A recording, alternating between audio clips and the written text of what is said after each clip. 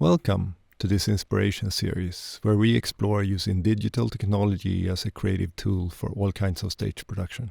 This series is aimed at inspiring you and hopefully reducing fear around technology. These are not step-by-step instructional videos, but rather a mix of conversations with practicing artists and hands-on prototype sessions. I'm Adam Witzell, a new media artist and creator.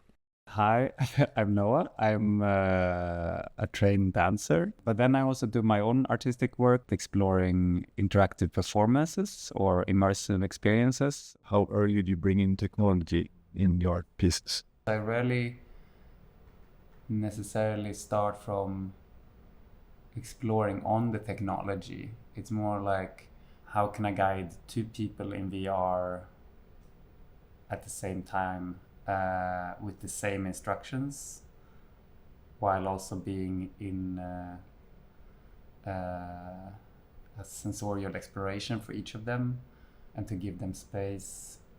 I did a piece where I had one person in VR in an interactive piece, and then I was like, okay, how would I do it with two people as a way of just going further and expand? So that was, I think, like developing on a previous idea.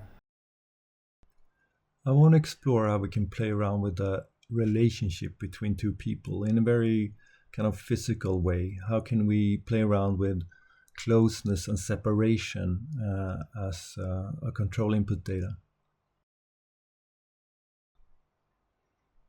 Here we are in Touch Designer, and I'm tracking our body's positions and filtering that, translating that data into useful ranges, and start adding a circle around each of us that will act as a zone of interaction.